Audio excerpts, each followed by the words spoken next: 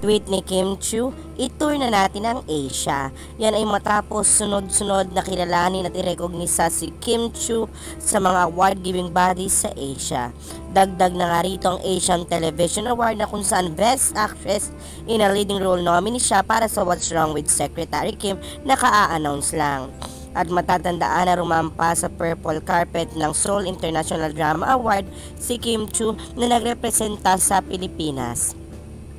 At dito pinangaran siya na Outstanding Asian Star na nagrepresent sa ating bansa. At trending na trending ang naging pagrampa ni Kim Chiu.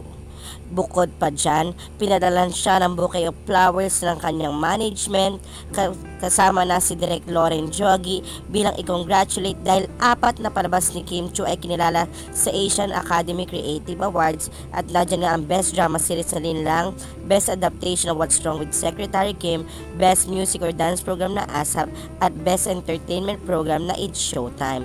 Kaya bonggang-bongga talaga si Kim Chiu. At una nga siyang rumampa sa international scene nang siya ay nag-trending sa kanyang black gown na pinagkaguluhan pa ng iba't ibang bigating pangalan sa industriya ng showbiz pagdating sa Asia. At yan nga ay ang Content Asia Award na siya ay presenter at kinilalang nominado bilang Best Actress.